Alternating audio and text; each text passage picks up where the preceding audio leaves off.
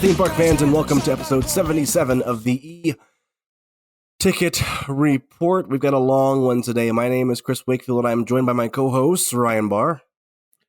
That's what she said. That's what she said. Jalen Harvey. Pause. And excuse me while I readjust my eardrums because they've just been burst. Tommy Oh, I'm Harvey. sorry. Did you have a question for me, Chris? All right, there's so much. Tommy does our show notes, and Tommy is the Vince McMahon of podcasting for theme parks because with Tommy, more is more. Not less is more, more is more. So we have a lot to get through via the edict of Tommy here. We're going to start at the Galactic Star Cruiser. To be fair to everyone, we were going to do a show the day after this thing opened, and I got sick. If you can still hear my voice probably. I got sick. I've been fighting a head cold for the last week now. So all the other guys are ready to go. I was not ready to go. I was not in show mode. So it's my fault this show is not out sooner. But here we are now. The Galactic Star Cruiser is open. I've watched the 3-hour review from the Diz. And as much crap as I give the Diz, I have been consuming a lot of their content recently between cruising and the Star Cruiser. And I also listened to Len Testa's excellent review on the Dish. Jalen, we'll start with you. You're the biggest fan of this in our group. What are your thoughts? So I've tried not like with the 3-hour video, I've kind of just skipped around. I was trying not to see too much of it because I definitely do still want to do this. I'm still rocking with it. I think it was giving me exactly what I expected it was going to give. The only problems I see with some of this stuff was that stupid line dance, and even then, like dog, let me bring an alien out and do like a war dance, or bring an Ewok walk out, or like a Wookiee out, and just like do a war dance that is just like vaguely something you can put rhythm to. Don't just bring out Cindy from fucking the boardwalk and have her up here showing me how to do the hustle. Like, no, come on. It's interesting because, and this is what I kept saying throughout the entire promotion for this, before we saw the stuff inside, was why are they promoting it and marketing it this way? And then when that video dropped, what was it, Thursday or Friday morning, whatever morning it was last week. Yeah, you mean the interview one that I said, why didn't they lead with this? Is it that one? Well, no, the video of the line dancing was literally, I woke up the morning of the press previews, and the first thing I see on Twitter is line dancing at the $6,000 hotel. Same. And I could not stop laughing. Like, what a terrible first impression. Yep. I just don't understand some of the marketing decisions because I'll be honest with you. I'll be upfront with you. This looks great. This looks cool. This, like, if you are really into it like Len Testa was, this is awesome. And none of that has shown through in the actual marketing. Yeah, I just feel like they're a victim of that. You know where they've got to be. They're so like anally retentive about, we've got to be so secretive. Like, we can't give all our secrets away, to the point where it hurts them. It just hurts them. Like that, the video that I sent you of like, the three of the Imagineers sitting down and chatting about it. Yeah. When they was actually talking about some of the content, and that actually worked for me. That hit a few buttons, and I was like, okay, this sounds really cool. Like, I still got no intention of spending all that money to go to it, but like, I could put myself in the frame of mind of going, this is actually finally selling to me. Like, why didn't they lead with this? Like, why did they lead with that fucking knob standing there awkwardly doing the lightsaber this thing? Motherfucker was, and like, he was playing the Connect. Yeah, like, why lead with that? Why do you think that the average Disney guest wants to see him? They don't know who he is. Just some white guy in a suit, you know? Right. Or the first thing I woke up to wasn't even the line dancing, it was the bingo. Oh, God. And like, I get it. Not everyone wants to take part in the LARPing stuff. Like, I managed to get through about 10 minutes of Len and Christina's review. And I was very much in the Christina camp. She was like, Len was living his best life. And I was just like, yeah, I'm just taking him off of the team. You definitely have to be a big Star Wars fan. Like a big... I think you've just got to be a big... I think you have to be a big LARPing fan. Before this, I considered myself a big Star. I spent an hour the other day watching a video on the history of of Emperor Palpatine, of Chief Palpatine and his history and all that, nerdy stuff. I thought I was a big Star Wars fan, but this still you're not getting $6,000 out of me for this. No, I mean you've got to be all in with that kind of the LARP thing, haven't you? It just makes me think of Hawkeye when he, like, I would be like Hawkeye in that situation when he's got like, I'd be, for fuck's sake, God. when is this ever going to end? Like, do you know what I mean? Like, even if someone had paid me to go on the trip, I would still be like, no, I'm not. Ryan, what are your thoughts of this? Well, from what I saw, nothing really impressed me. I wanted to be impressed by it. Maybe it's something you have to go in person to see. Not even the holocron? The holocron didn't do nothing for you? The thing that turns the hologram? Oh, after I learned after like 2 seconds how it works? No. And Wait, also... Whoa. Pause. First of all, there's spoilers in this. 2, how does it work? You mean Yoda, right? Yes. How does it work? It's... Spill the beans. It's pretty old-fashioned, honestly, in my opinion. Is that a Pepper's Ghost? Not really. It's like... it's hard to explain. So it's like you have 10,000 people people waiting with bated breath right now. Sorry, go ahead. Oh, it's the spinny stick. It's like 2 invisible sticks. I don't know. They're really hard to see. They spin really fast, and then the projection comes from underneath it. So you think that's with it? the combination of the thing spinning really fast, it's like a water screen, basically. You know? That's how they do some of the effects in Rise of the Resistance. Your attitude is that's like saying, I went to a magic show and saw someone got sawn in half, and it was really cool. And then I found out that they didn't actually get sawn in half. You just sound a bit like... I'm just saying it didn't look impressive to me. For context, using your logic, none of Haunted Mansion should matter to anybody. Like none of the rides, because you just figured out. Arguably, those effects are way better and better looking. Well, just to put this into context, just to side with Ryan just a little bit. When Lynn Testa talked about this on the dish, he was like crying. He was emotional. I've seen several videos of people when they talk about the Yoda portion of this, they tear up and start crying. So I guess the thing is, I wish I could unsee a lot of this stuff because, I'm sure in person it looks a lot better. Just the first video I saw of that Yoda thing, it was like crooked. It wasn't even, it didn't even look like a hologram. I mean, the video that I saw did come with a heavy caveat of saying like as good as it looks on video, it's like 5 times better in person. I'm sure. Because video can't capture, video's messing with the frame rate of the thing moving fast. Right. So I think you need to be a super duper Star Wars fan for this. It looks, first of all, exhausting. After the first half an hour of the Diz video, I had to pause it because I was like, I wasn't busy, but I was like, this is exhausting. This is the anxiety alone in the first hour you're there is so tiring. I just have one more negative thing to say about it. Okay. I think it's a good thing that we didn't get some kind of stunt show with Rey and Kylo in the land because, to be honest, a lightsaber duel doesn't really look good when it's not real lightsabers. It's hard to do. But also the effect of Rey pulling out the lightsaber they showed off at all these events and then putting it down and picking up one that she can actually fight with in front of everyone. I would say, and I'm not like an expert on shows and stuff like that, but I still think you've got to probably think of it right now as if it's like a Broadway show in previews.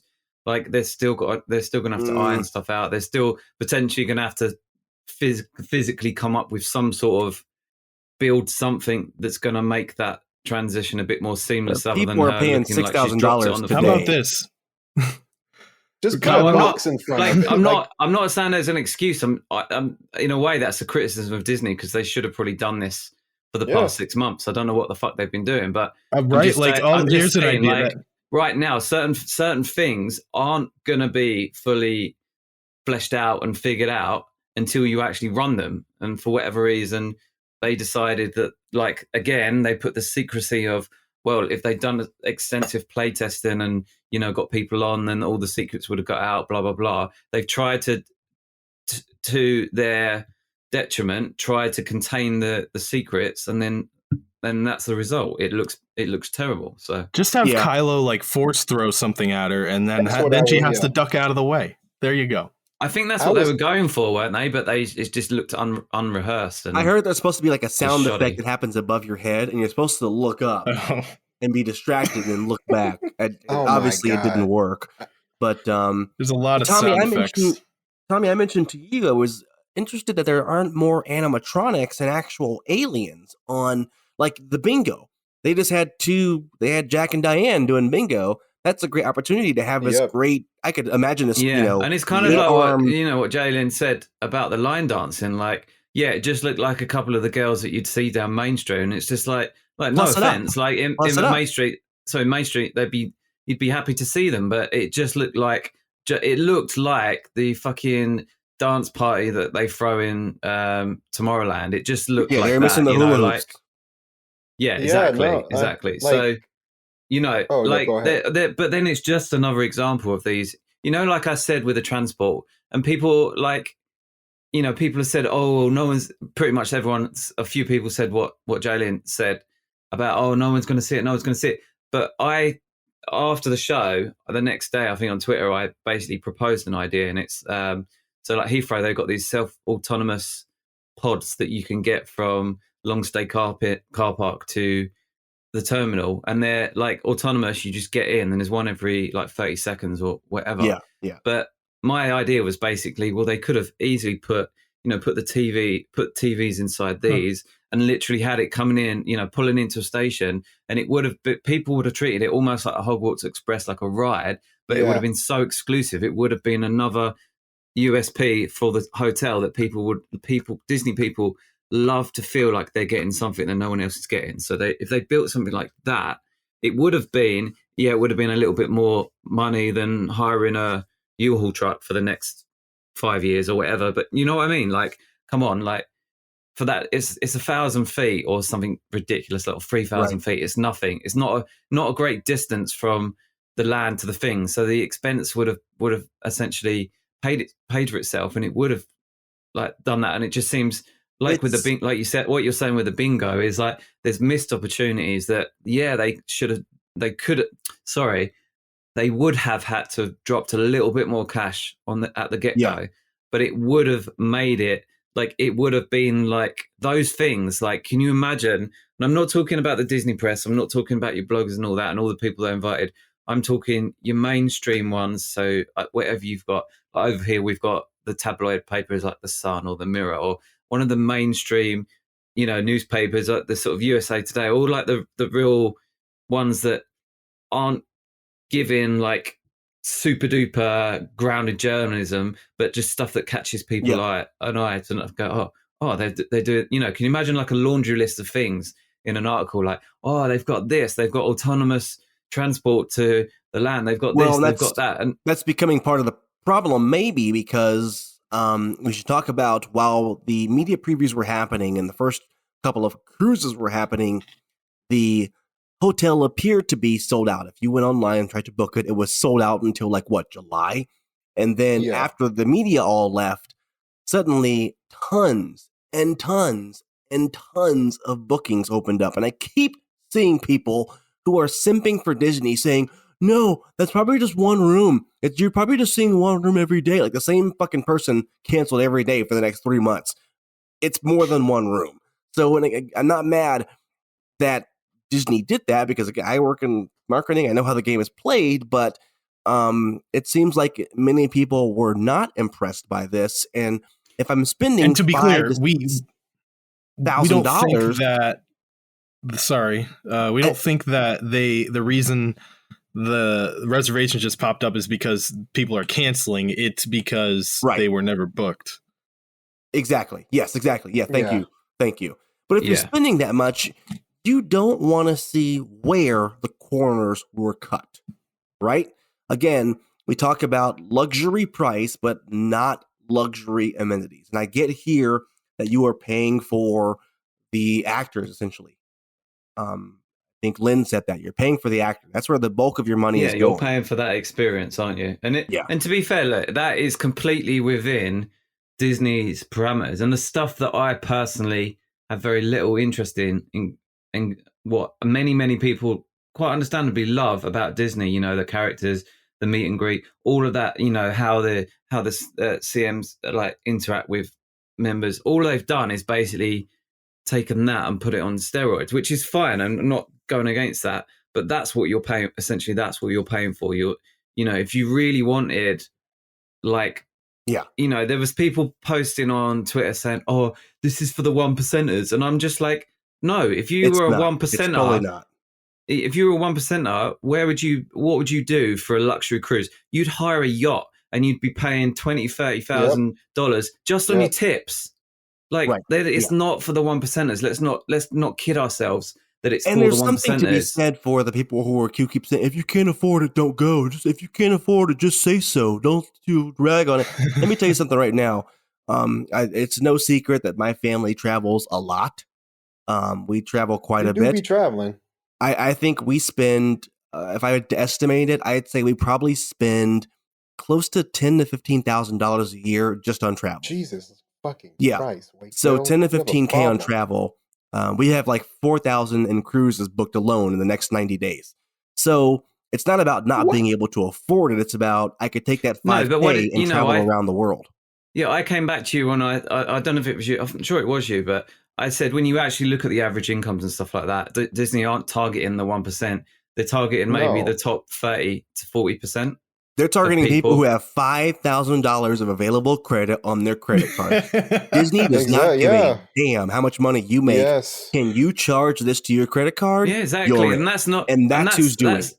That's most people, though. That's the thing. It's most people. Many people have come out and said there are people come out saying they're cashing in their kids' college funds to go on this trip. To spend I want to say cap. 2 nights. Like, that doesn't sound like they got a very big kids' college fund there, right? Really? Come on. I think that's a bit hyperbolic. 1 year of community college, maybe 2 years of community college. I'm telling you, but people, what's happening is because here's the thing, though. Interest rates are so low, your money sitting in the bank is not getting much interest anyways. If people are literally, I'm telling you now, they do it just to stay at the Grand Flow for a week and, you know, pretend they're hoity-toity. They're going to do this, and they're going to put it on a credit card. And I can reach out to my friends now who are travel agents who constantly tell me the horror stories of people who go into debt. They spend all the credit card money on booking a trip to Disney, and they spend the next 3 years paying that off. And mostly what they're paying off is the interest, and it's terrible. It's terrible. But that's people. That's people that fit in the traditional Disney mold. Now, you know, I can't remember who it was. It might have even been Mateo. Shout out to Mateo.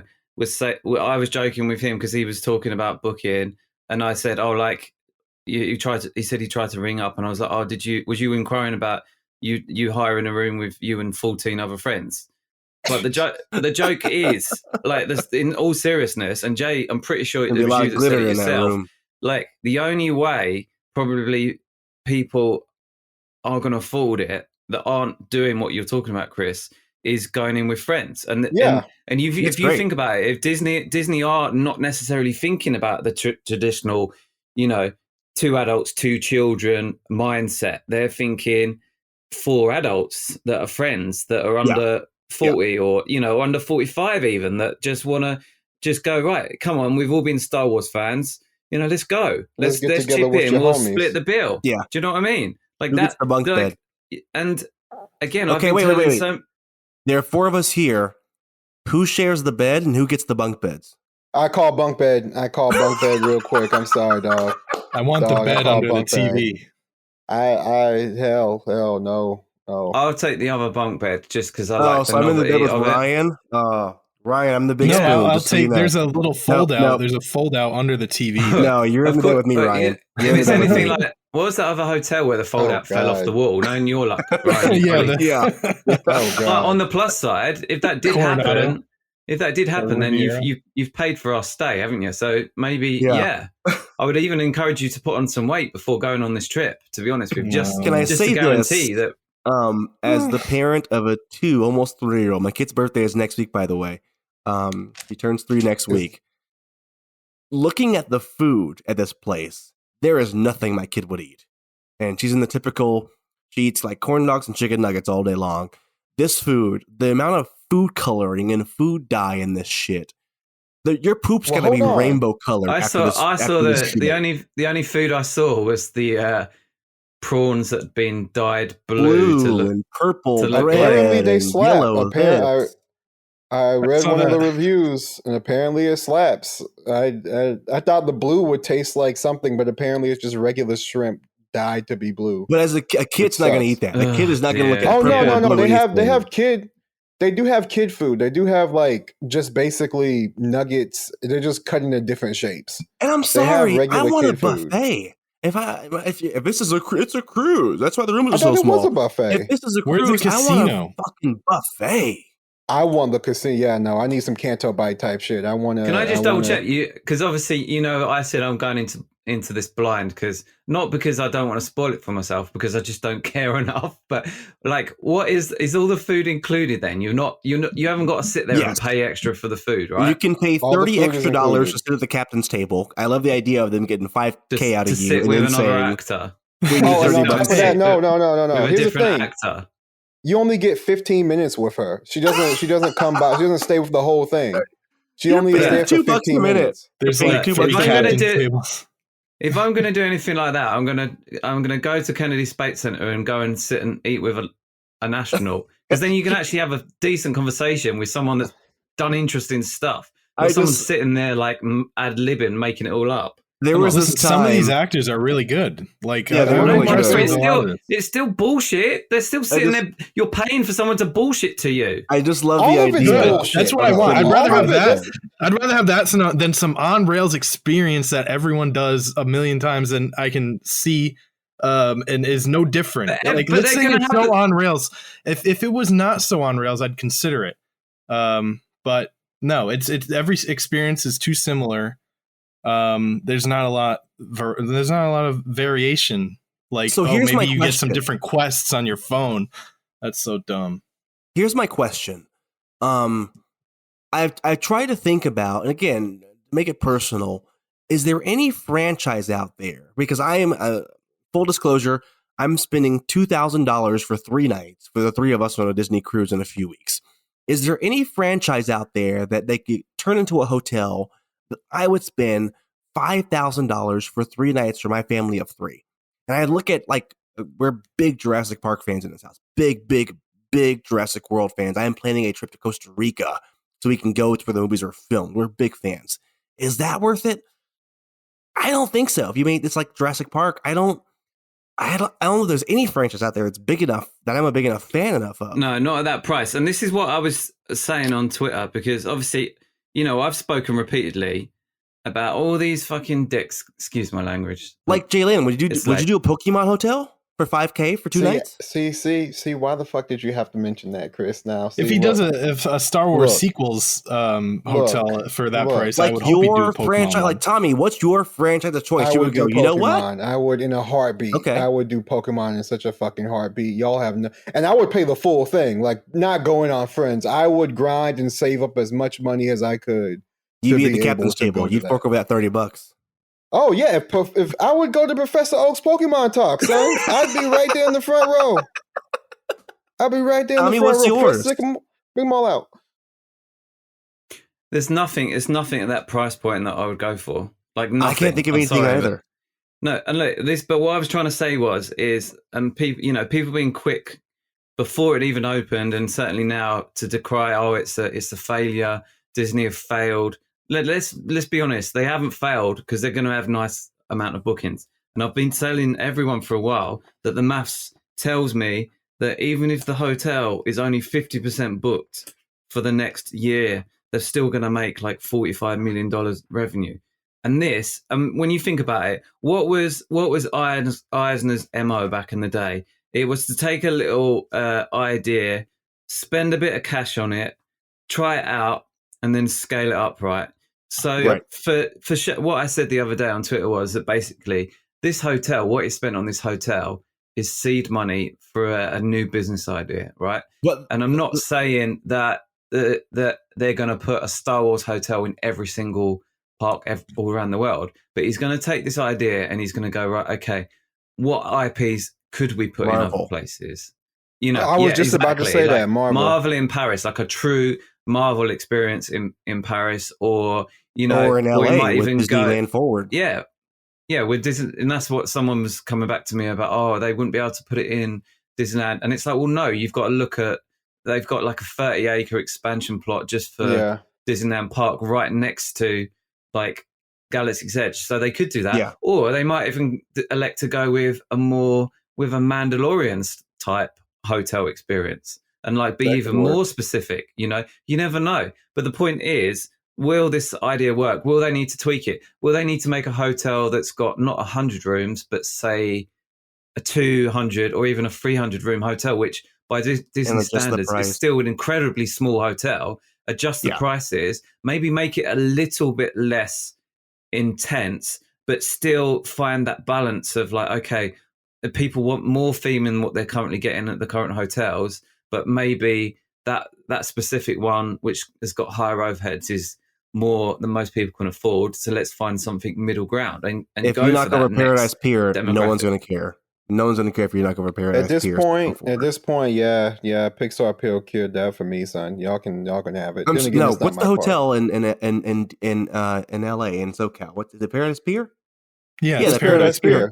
Yeah, sorry. It's the ugliest one too. Yeah, it's hideous. So my question is, didn't they just redo it? Yeah, they did. It's still a piece of crap.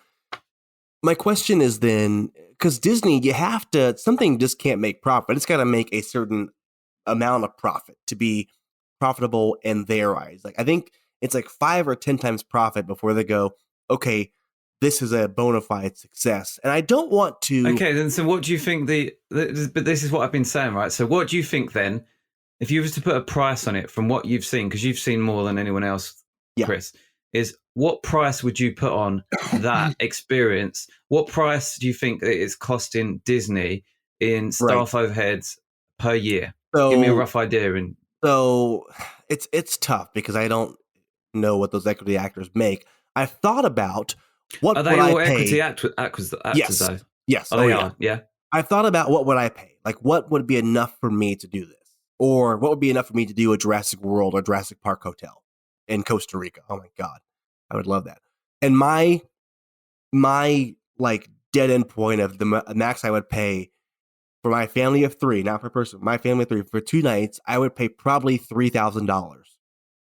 So $1,000 a night for my family of 3 to stay at a Jurassic World immersive hotel with John Hammond, and not made up characters and not made up storylines. They just fucking made up. But like, this is canon from the movie, and you're gonna watch us. And here's the Indominus Rex, and here's Bumpy, and that kind of stuff.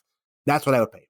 $3,000 for 2 nights. I'm paying $2,000 for 3 nights, so I could see that. Yeah, but they're not. But okay, so you wouldn't want to put. You can't figure out price. But if that's what you're willing to pay, what I'm saying to you is, it's not costing Disney, your family, to stay in that room. No. It's not costing them $3,000. It's not costing them $1,000. Let's be honest. 506 people, that's all that hotel can accommodate a night, right? So there's going to be a base amount of what they're paying per person that it's actually costing them, which is going to be, in the low 2-digit percentage of what people have paid to stay there, right? I wouldn't be surprised if they're turning at least per guest a 30 to 40% profit per head per voyage. Well, if the absolute maximum they can make is $91 million a year, really, then the question is, what do you think it will cost? It's not costing them, 10? Like, on that figure, you're saying it's costing them $60 million to run the hotel. Yeah, that's not. Yeah, and they're also selling drinks. The drinks are not cheap. They're selling merchandise there, else they make a lot of money in the merchandise. Don't forget about that. So there are some add-on experiences also. I'm sure they're selling merchandise. I would be surprised if it's costing them $9 million to run that hotel in a year. I would be shocked if it was that much. I would just factor in the equity actors. You have to have 2 or 3 Gaias. You have to have 2 or 3 of the aliens. You got to have a rotating cast. If the main guy gets sick, you have someone to fill in for. You have a whole support crew. You have a but that's kitchen not back costing there. you $10 million, is it? You got Surely. hotel operations.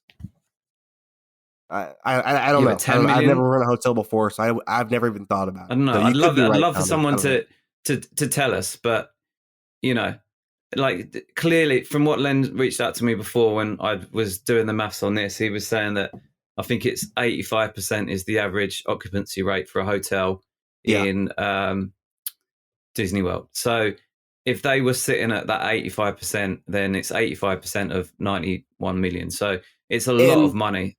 On the back end, again, remembering that people are maxing out credit cards to do this, I could easily see a family saying, you know what, we go to Disney World every year. And we stay at Saratoga Springs or Coronado or whatever, Port Orleans. Let's do Star Wars Hotel one time, and we're not going back to Disney for 3 years. And that is lost revenue on the back end that they are not considering.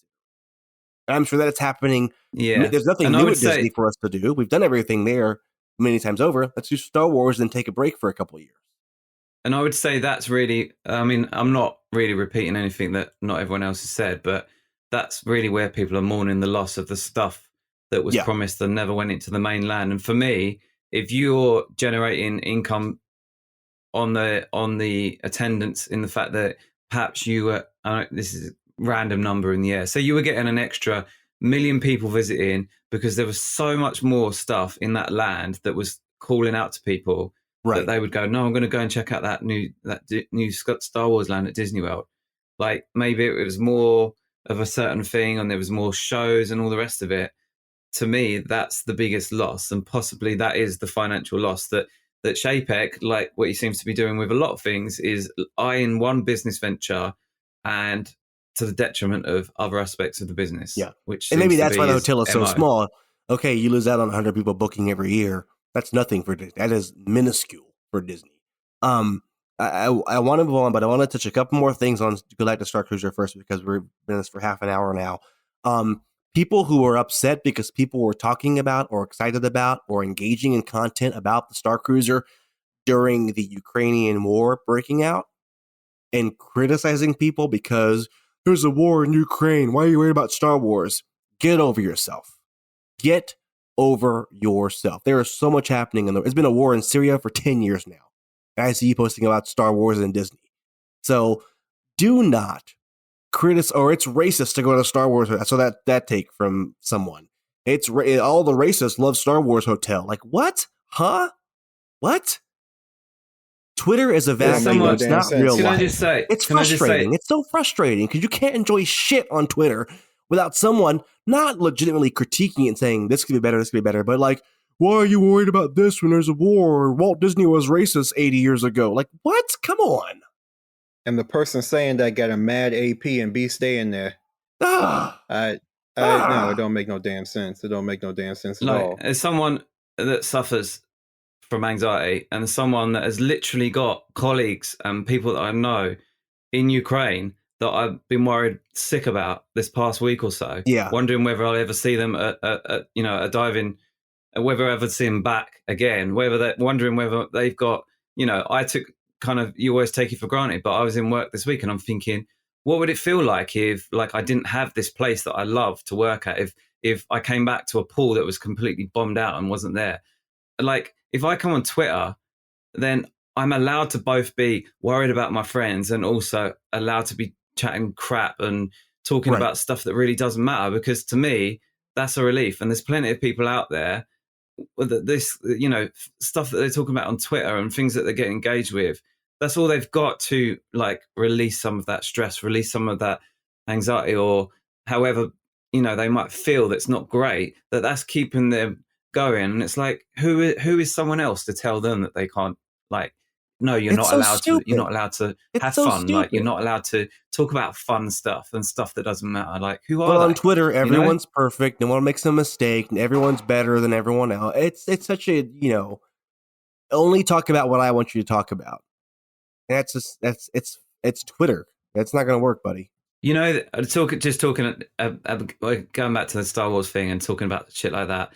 The funniest, hot take, the hottest take of all the hottest takes, but also I wouldn't say funny, but kind of it disgusted me as well. And it will probably segue into our next segment. Sorry, is the guy, the Jack, whatever his name is, Pasobic or whatever it was, his mind going straight to the gutter because he'd basically screenshotted a picture of the room rates, and it was like 2 adults or three adults and 1 child, and he was like intimating as if like, you know, like he was owning the libs, like there would be 3 adults down the room. Not the fact that you might be 2 parents and you've got one child that's no longer a child, that's actually a teenager, you know. And there was plenty of people coming from saying, you know, that Disney considers any child over the age of 10 an adult because that's what they charge them. Like, what are you talking about? But they're going to charge my 3-year-old full price when they're there. Jeez. Yeah, but you know, like, who would go there? Who would think it was some? I don't know. You know what?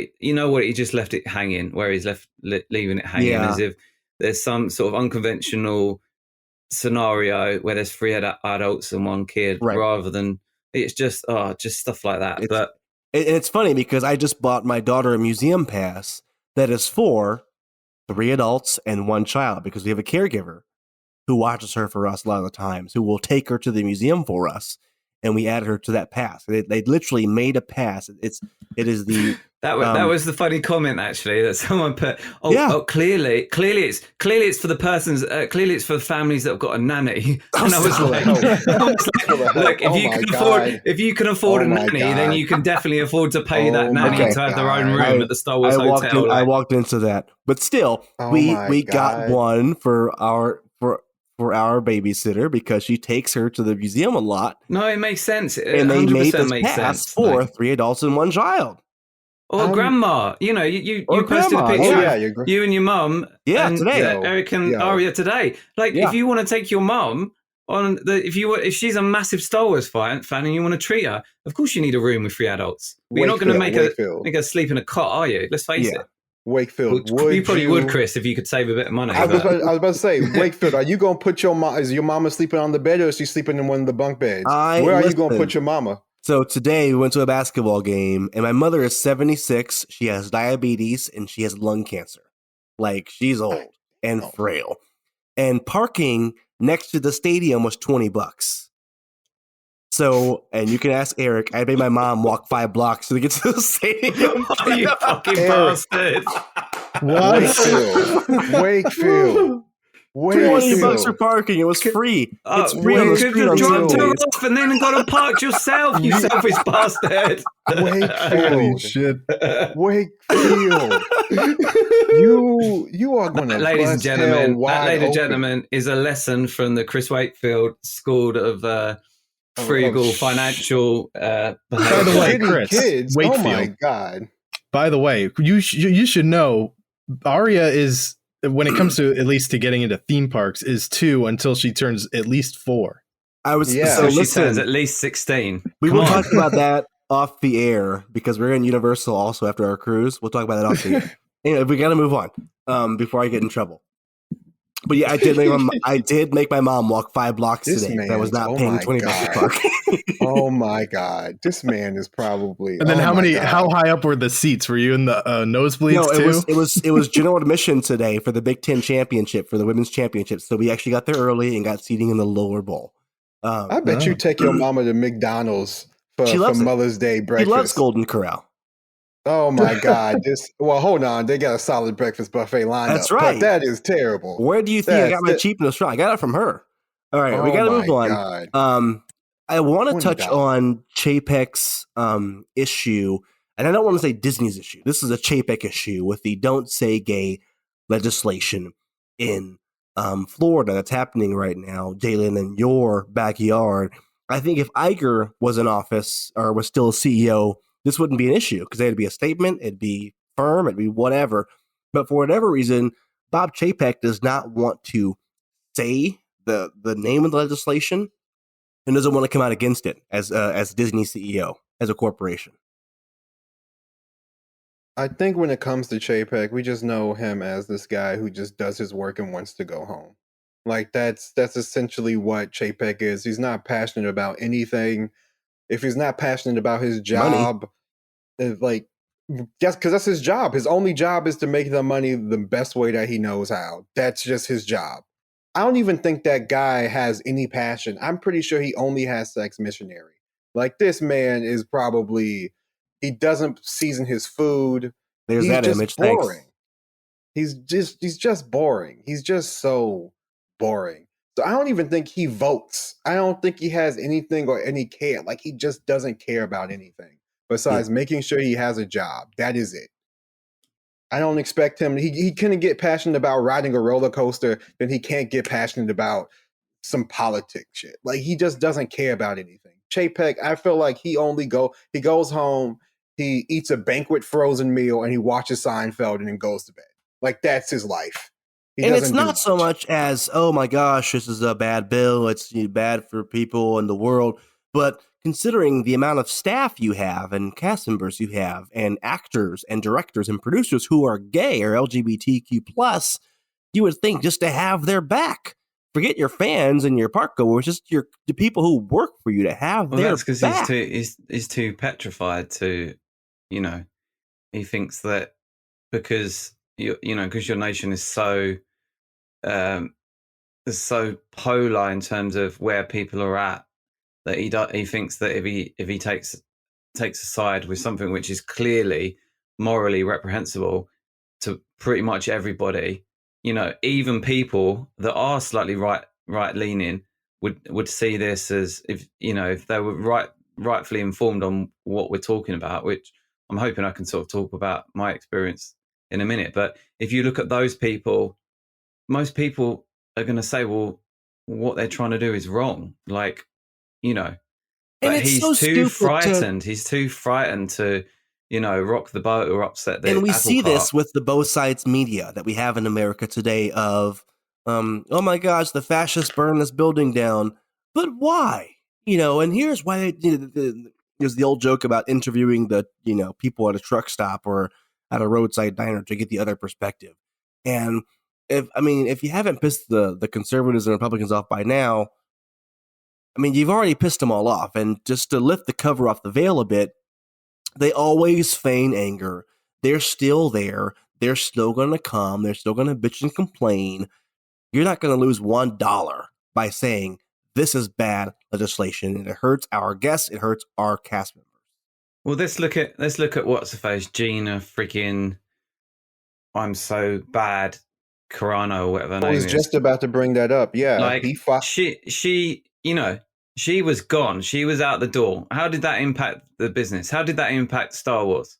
How did it impact? Well, it didn't. It made no difference. And to be honest, no one's really probably going to be that bothered when the show comes back and she's not in it, because certainly all the commentary about Book of Boba Fett, none of it was like, oh well, where's Gina Carano? No one give a shit. Like, so he's so frightened, but at the same time, he looks so spineless that you're still alienating a lot of people by doing that, because you're worried about alienating one group, but you'll end up doing that to another.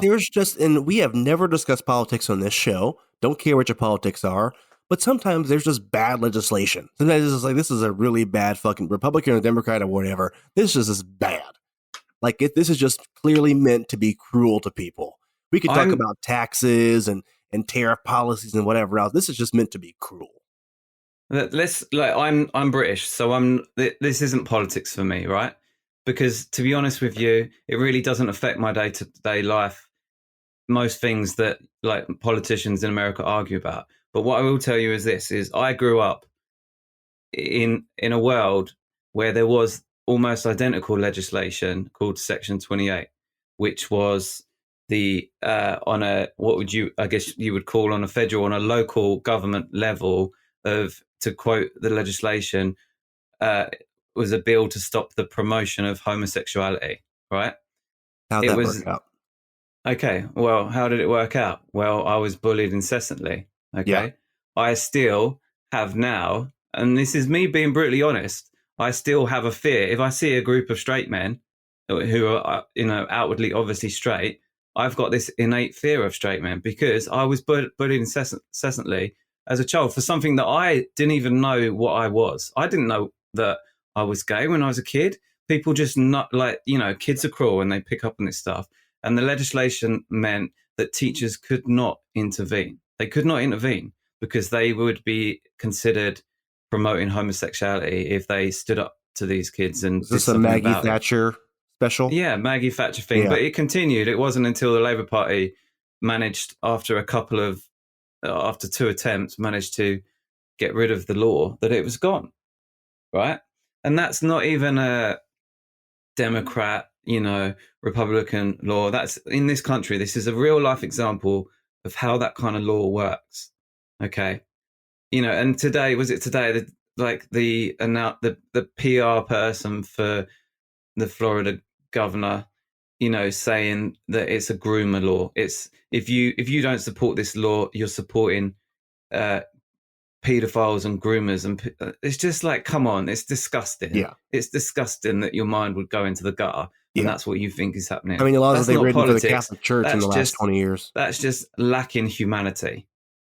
That's what you would consider of people that work tirelessly to make sure all kids, no matter who they are, get the best education they can. That's what teachers' intention are. There's nothing political about that. It's just meant to be cruel. And again, not to get too political here because we're a theme park show, but this affects people who go to Disney and people who work at Disney and people like me who I grew up in a queer household and I live in a queer household. I'm raising a kid. I literally have on deck an escape plan for my family if we have to go to Canada because the Supreme Court one day says, you know what, having a child and being gay is illegal now. We have to go to Canada. Like, we literally have an escape route to get out of this damn country if that comes to that. So it's not just about Democrats or Republicans or conservative liberal. It's about, it affects real people. And we can talk all day. It just upsets me that, Aria, if work meant that you had to work in Florida, that Aria would go into school and talk about her two wonderful parents that she would not be able to talk about you and Eric. That she it's nuts. It's crazy. It would not like that's her world. And you're saying that she can't. You know what I mean? Come on. Yeah. All right. Let's shift gears here because Ryan's been very quiet the last 10 minutes. And talk about Epic Universe. Tommy, you have been doing the Lord's work with Alicia Stella the last couple of weeks. There's been so much happening over on the old Lockheed plant in Orlando by the convention center. What are some of the bigger updates we have for Epic Universe? Right. Well, while you was all arguing about the stand, what a spaceship was sitting on. We'll get to that. Yeah. No, but I'm just saying, just to give you a bit of context, time frame, right? So in that same frame of time, they'd started work on like 5 rides. Like they've started work on the Dragons coaster. They've started work on all 3 rides in Super Nintendo. So, Donkey Kong, Yoshi, and Mario Kart foundations. They've started dewatering and started like lining out the foundations for your classic Monsters e-ticket ride. Like they're going like full speed ahead. So, Tommy, can I be honest with you here? And I've said this before, and you guys pile on me and like, oh, what are you talking about? I want to be honest with you. I'm gonna come clean. I am not excited for Epic Universe. I know, but just like the IPs they're putting in there, like Universal Monsters, How to Train Your Dragon, the Nintendo ride that looks too slow. I'm just not hyped for it. I'm sorry. I think you sound like all these people that like to either take a dunk on Universal and then they come out with something crazy, or even the ones that like the people that are shitting on Cosmic Rewind, and then they're going to open it and they're going to go on it and they're going to love it. But you just sound a bit like one of them guys that's like, I'm not looking forward to this Cosmic Rewind, and then they got off it and they were like, oh, that was incredible. I hope I love it. I know Universal can knock it out of the park. I'm just it's on IP alone, just IP alone. I'm like, I don't watch Fantastic Beasts. I don't care about Universal Monsters. I don't care about How to Train Your Dragon. Ugh. But it's not Ryan has his hand right. First of all, right? Like, here's the question. Here's the question for you. Do you enjoy the Harry Potter stuff at Universal, Chris? Yeah, I know I love the technology. I know I love you're going to enjoy more Harry Potter stuff. I want dinosaurs. All yes, Ryan.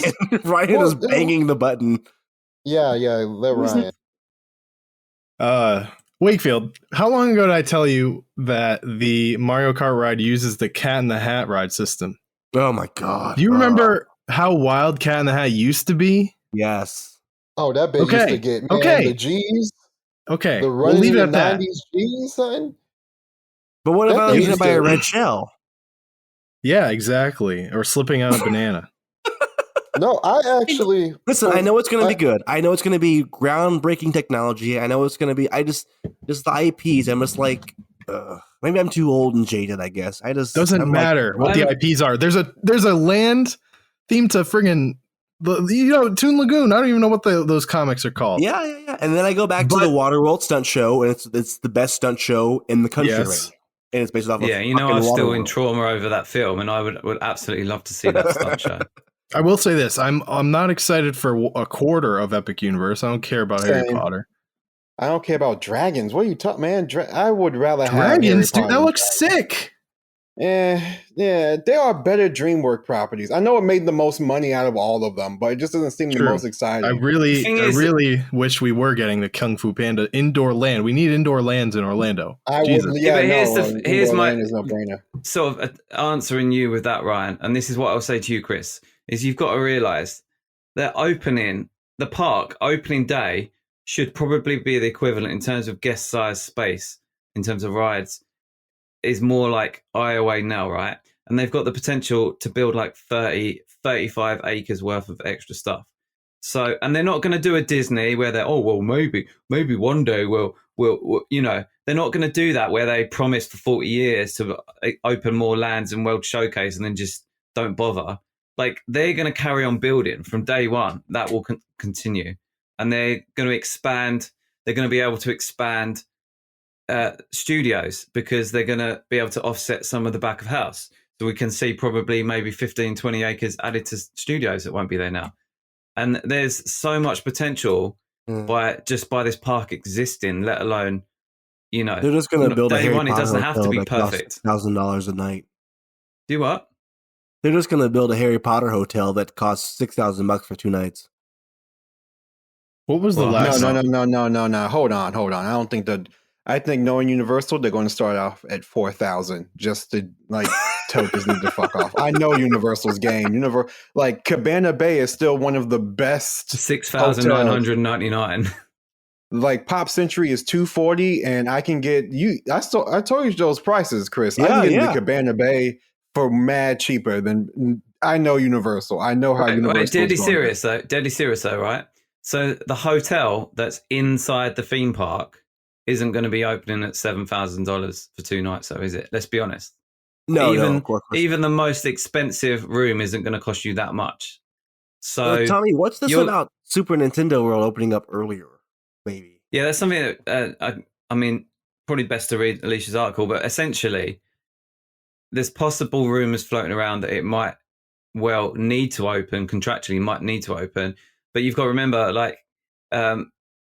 that the design of the park is going to mean that because the lands are independent, you could end up with a Epcot kind of situation where you've got the middle of the park all walled up and they're continuing to build the hub, yet they could be doing previews or, opening lands earlier. But I did say to you before, do you remember, guys, I said to you, I'm pretty sure that they'll get most of the physical construction will be done by the end of 2024. And then they'll have maybe 6 months. I reckon they're shooting for a June 7th opening on the 35th anniversary. And we could see them lands opening up well ahead of time. You got to remember how many months they were testing Velocicoaster 8 months before they opened that ride. That's unreal. So they're giving themselves a comfortable buffer, and which they've learned from their mistakes clearly, because obviously. But what I would say, Volcano Bay both were hugely rushed. Well, not even just ended up costing way more because of that. Yeah. And what I would add to that, and Alicia's obviously Alicia's going to put what she wants to put because she likes to be right. So if she's put it, then she probably feel strongly that will happen. But what I would add to that is I don't think it would be just Super Nintendo that's going to be ready well ahead of time. I think we'll see at least one land, probably Dragons, maybe definitely Classic Monsters, at least one e-ticket open already, I should say, long before the opening date. So I think the rate that they're working at, like, it's going to be like no one's going to be complaining about. And we're eyeing summer 2025, right? So 3.5 years.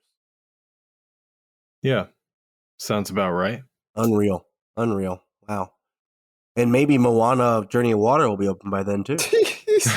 Maybe. Well, maybe. Yeah, maybe Play Pavilion. And we can hope that they can get Tron open.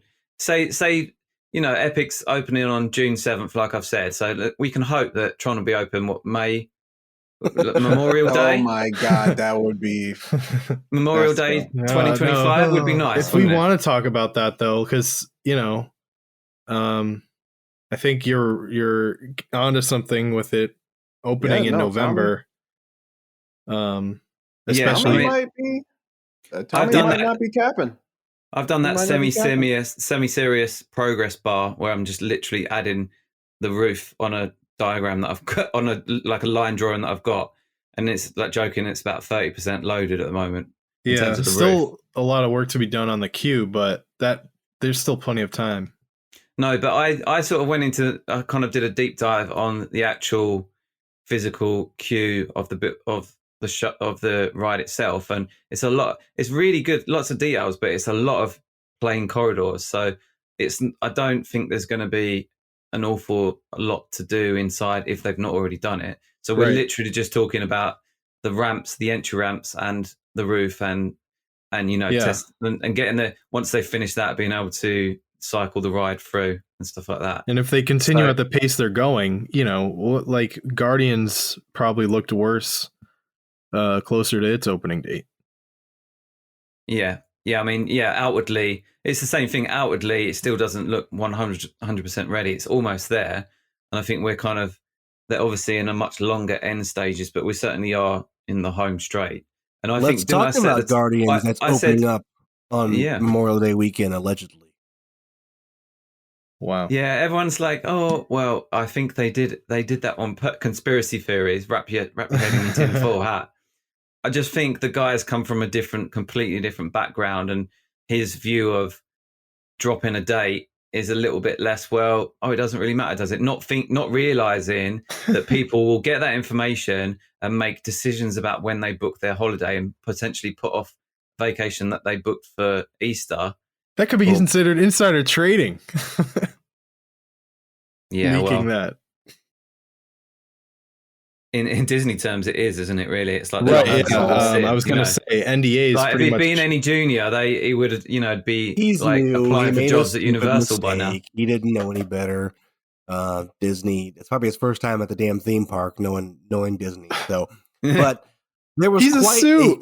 Why? Do we have to let him off the hook for it? Yeah, he's come from government, and then he was fronting like one of the oil companies, wasn't he? So he's come from he's come from government. It's something to do with the White House or something, weren't it? I don't know, but he's come from government, and he's come from big oil, and he's just like he's probably just used to doing whatever he wants and not thinking that there's a consequence. He's there to keep them out of trouble when they get in trouble. He's not there to worry about when a riot's opened up. So let's talk about Guardians Cosmic Rewind. Talk about this damn stand. I intentionally stayed out of this mess because y'all are just messy. Diz Twitter is messy. My God, what is up with this stand? It's a pillar. But I just really I actually didn't care. I only cared about the disrespect that someone was showing to people who, like all of us on this show have got huge, massive respect, personal respect for, and professional respect for. People trash talking Dave Cobb, one of the person who has created, in my opinion, one of the greatest rides. Best ride at Universal Orlando. Objectively speaking. That man knows his shit. So who are you to trash talk? Time out. Are we talking about Fast and Furious? What did he make? I swear to fucking God, Chris. Don't you disrespect Dave Cobb like that, Fallon? Do the big reveal, Chris. What ride are we talking about? Fallon, right? Jimmy Fallon. MIB, motherfucker. Am I who? So what is Dave Cobb? I guess like Chris in terms that you would understand, I guess Dave Cobb is like the Marty Sklar of Universal. Oh my God, fuck y'all. Fuck y'all. Fuck each and every last one of y'all. Except for Tommy. Tommy got respect. Tommy knows what the fuck up. But the rest of you, Here's you my two deal. motherfuckers are just disrespectful. And we talked about this. Imagineers and Universal Creative, they're not infallible. Stop. They're not gods. And they're not above I'm not criticism. saying that, but like... No one's saying that is a god. Someone's saying that they're smart. They're if great you came I'm people. not for saying me, you gotta suck Chris, this man's they do dick, things dude, I and, can't. If you like, came rub his for me on feet. Chris, if you came for me on Twitter and thought that you knew more about diving, I would tell you to go fuck yourself. Because I you don't don't know know. shit I about take a diving. shower every You know what I day mean? and don't drown. And I don't know so. shit about baseball. You can go on about I could go on about baseball and I'd be talking bollocks. And I don't know everybody would about- know I'd be talking bollocks because I've got no interest in it. Right. So I'm this just is the saying same thing, you know? from an aesthetic point, the deal with the Guardians pillar was it looks bad. I don't think that you can disagree with someone and say, I think it looks bad, and go, well, no, actually it is this and that. Like I still think it looks bad. I still think it looks ugly. So I don't care about the dynamics of and it. To defend Dave on this, what he said was, well, I wouldn't have done it like this myself, but there's plenty of other factors as to why it is. And to be honest with you, the people are to blame. And, you know, and I've seen other threads this week that are basically saying, look, like, you know, creatives that create this thing is we're given a set of parameters that we've got to work to, right? And we're given a budget and that's what we have to work to, right? And someone said, we want that spaceship out front because it looks cool. But that spaceship doesn't sit like any other kind of thing. But who are you going to blame? You're going to blame the production designer from the movie who decided that it should be a star shape and it shouldn't really have any kind of flat bottom. You know, they've got to physically attach it to the ground somehow. They've got to do it. Like, and all these people, no one came up with an alternative solution. It was all sort of, you know, it was all rhetoric. Oh, well, they should have done it better. Well, what are you saying it should have done? Because it's still got attached to the ground. What, like, have it hanging from a fucking crane like all year round? What do they want it to do? What do they? Well, then how they got do into they the want argument it? of the floating mountains, and do they really float? They're not really floating, and this is just like the floating mountains. It was the back and forth that just killed me. It just seems like, I don't know, it just seems mad disrespectful to come in. It's one thing to question the guy and ask, like, is there another alternative or something else that they might have been able to do? Like, but if I Joe know Rody, more about engineering than you do and building rides than you do. Exactly. People wouldn't have come for Joe Rody the same way they came for Dave. If Joe Rody pulled up and was like, yo, that's cap. I built a whole entire mountain in the middle of Animal Kingdom. I work with several steel structures. You're fucking lying to me, B. Exactly like this. Perfect diction. Joe Rody talks exactly like I'll even let him use the N-word once. Like Joe Rody comes in here and just checks Dave Cobb. And then I would be like, okay, now I wouldn't have somebody who's like, I wouldn't have Derek Bergen go up to fight Floyd Mayweather. Like he knows nothing about boxing. Like if I you're would not pay going to see that. I would pay money to see. Oh my that. God, I'd pay $5,000 for that for 2 days. Oh my God, I'd be there in the front seat. But yeah, no, like you don't have that. Like this is somebody who's like on a professional level, just giving their 2 cents, and don't disrespect them like they're trying to be dicks about it. Just like, yo, I'm just telling you what might have happened. That's it. Yeah, you don't exactly. have to get on and my dick attitude is, if you're going to criticize, if you come anywhere, if you come on Twitter, if you go into work with a problem, if you go to your manager and say so-and-so's doing this, you better come with a solution as well. If not, you like shut the fuck up. And no one came with a solution. No one gave any kind of slightly logical like alternative. Oh yeah, it should have gone on the roof. Well, when they ripped out the building, they found out the whole building was fucking falling apart and had to spend months and months like reinforcing it. Right, there was literal holes in the roof, and what you know the work that I've done on the queue and everything else is that the place where obviously they thought about putting something on the roof and they thought about doing a different spaceship because they had is it the Milano? One concept was that sitting on the roof, but where they've decided to build the planetarium thing, you know, the projector and the first circular thing that you go into the building, they would have had to have had like 4 or 5. You know, I-beam pillars right in that area there just to support a structure on the roof. So they've probably gone through all the different solutions. And, you've got management saying, no, story definitely means it's got to be the Star Cruiser or whatever it's fucking called. Sorry. Excuse me. Nova ship. Again. No, they've said, they've dictated that that's the ship that we want. That's what it's got to be. And some poor guys had to go, well, there's no easy solution, and this is the best one we can do. And then let's be honest with you, most people, other than like theme park Twitter and theme park Facebook and all the rest of it, aren't going to give one fuck about that. Don't give a shit and don't spend hours of their life staring at a handful of pictures that BioReconstruct put on Twitter and critiquing every little single element of it. And which is why, going back to what I said earlier, where I said, while everyone was arguing over a stand, like that they were dropping, Bio was also dropping pictures of 5 rides being built. And it's just like, come on, like, get a grip. Literally get a grip. Well, hold on, Tommy, because we got I think Wakefield's voice is starting to tie a little bit there. I'm just still confused as to why they chose Xandar. Xandar. Yeah, but that's a different. Yeah, that's a legit. I know. I'm just. That's a legit criticism, though. No, that's a legit criticism because you're saying I don't understand why they've chosen that spaceship, not why have they chosen to attach it like that. Because clearly, if it had been another type of spaceship, it would have been easier to do. And someone gets, why did of Howard the Duck? Just a giant bronze statue of Howard the Duck. Howard the Duck. Howard the Duck. It's a Marvel thing. It's a Marvel. It's from Guardians of the Galaxy. It's a Marvel thing.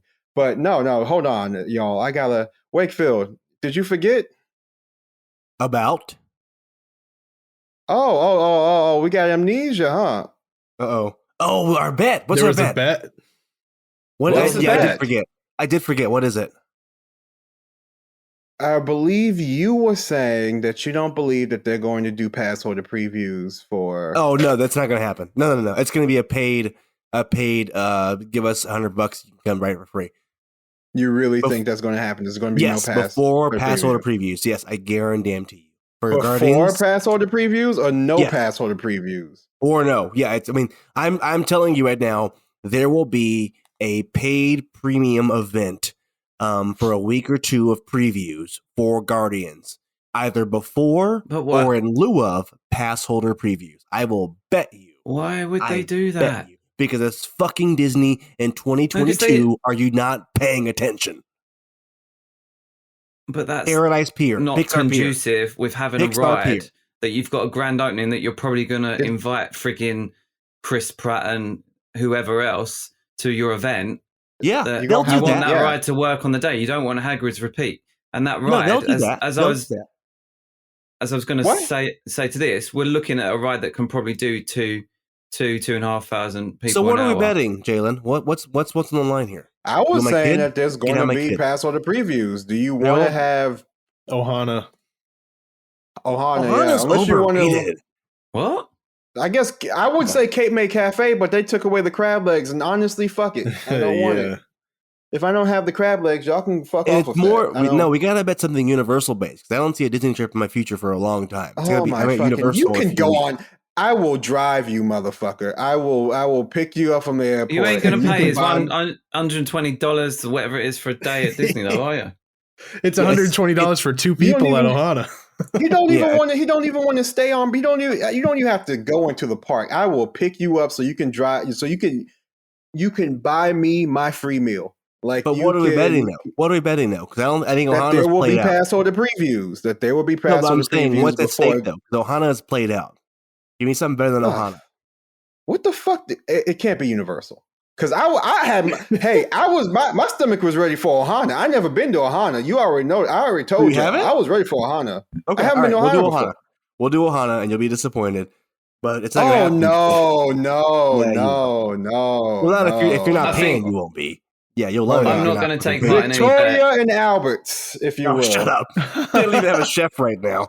Don't even open. I think we'll get a date announcement in 2 days' time, and they will announce a similar schedule of releases, just like they did with Rat Ride. And I think creatures of habit, and they will just do what they did with Rat Ride, and then a week to 2 weeks before the grand opening. They will be so desperate for people to get on the ride to make sure that it will work on opening day. Is that they won't give a shit who goes on it as long as people do, because it's a people eater and it needs to eat people, and they're not going to find 2,500 people an hour willing to pay whatever you're saying that they're going to pay to go on it. Jalen, that's our what's a good restaurant at not Wakefield, because Wakefield might cheat me out and be the good restaurant at fuck you. No, Vivo, make him pay for a meal. I already been to Vivo. I went on a date on Vivo. It didn't work out. No, Big Fire Grill.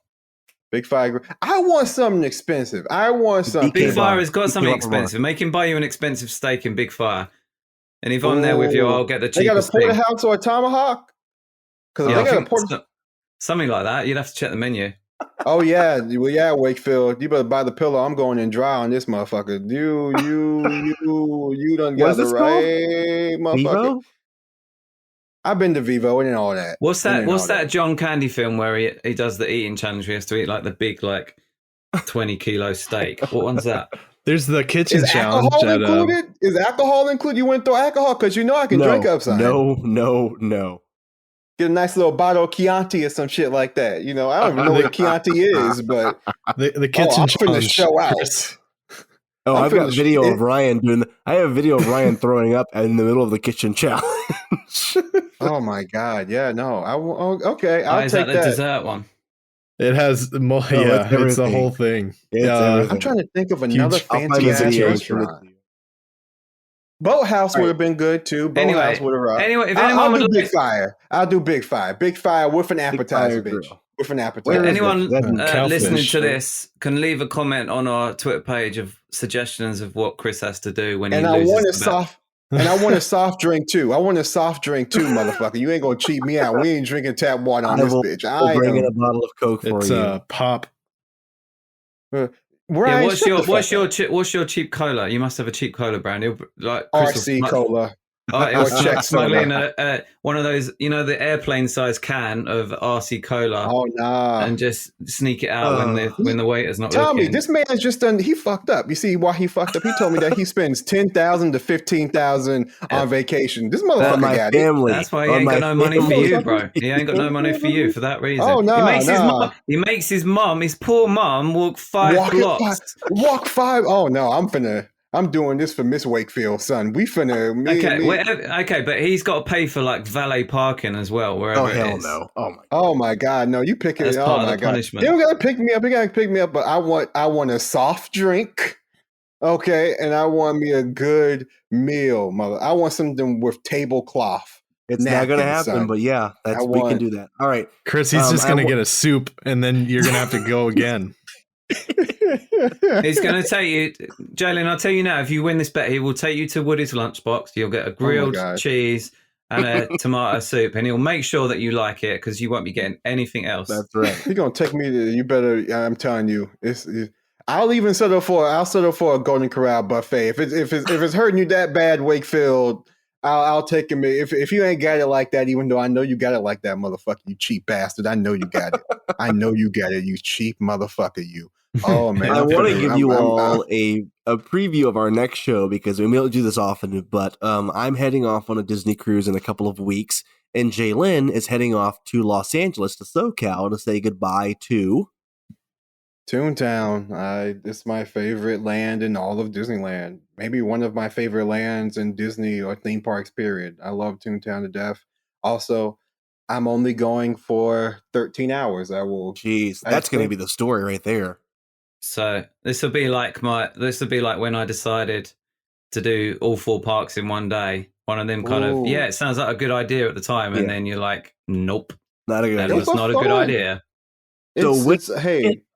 We'll have that episode for you. My first Disney time that I overpaid for, and Jalen's hectic cross-country trip. And also, I'm 7 weeks away from my trip, so we got that to I thought you were about to say pregnant, son. Oh, God. Yeah, 7 weeks away from pregnancy. Yeah. I guess that means I got to do something, right? Oh, God. Sure, Jay. Yeah. Okay. I mean, hey, man. Hey, Orlando's a pretty gay town. I don't cast do not write a check you cannot cash. Oh my gosh! All right, Ryan, where can we find you online? Milk carton. Help me. Imagineer6 on Twitter. Jalen, where can we find you online? You can find me on Twitter at TCJalen. I also dropped a new episode of my podcast coming back from my hiatus. Plug your show. What's the name of the show? A podcast for all things, but mostly Disney. And that's everything. Tommy, I'm not going to insert a bad joke there. Tommy, where can we find you online? At Tommy Hawkins. Just imagine Tommy in the Han and the Han Solo and Leia suite. Yeah, we didn't even talk about that. But 7 I'm so weeks, glad we didn't. But yeah, no, at Tommy Hawkins. But you can also find me on what's the channel called? Alicia's other channel. Park Stop Presents. Yeah, I'm on that now as well. Oh my gosh. And you can find me at Wakefield Report. Follow along. I'll be doing the best I can to share my thoughts of the Disney cruise while we're on that boat on the Disney Dream here in a couple of weeks. We always have to say thank you to the Mice Chat Mice Pod. They pay the bills. They pay for us to be on the air. You don't always remember though, do you? We don't, and I feel bad. I always feel bad, but they, really, Dusty and the crew, they pay for us to be on the air, so we owe them a huge debt of gratitude. And not to mention, they have some really good theme park content. So nicechat.com. We are ever grateful for them for keeping the lights on. My voice is fading fast. That's all we have for this week's show. We will see you all next.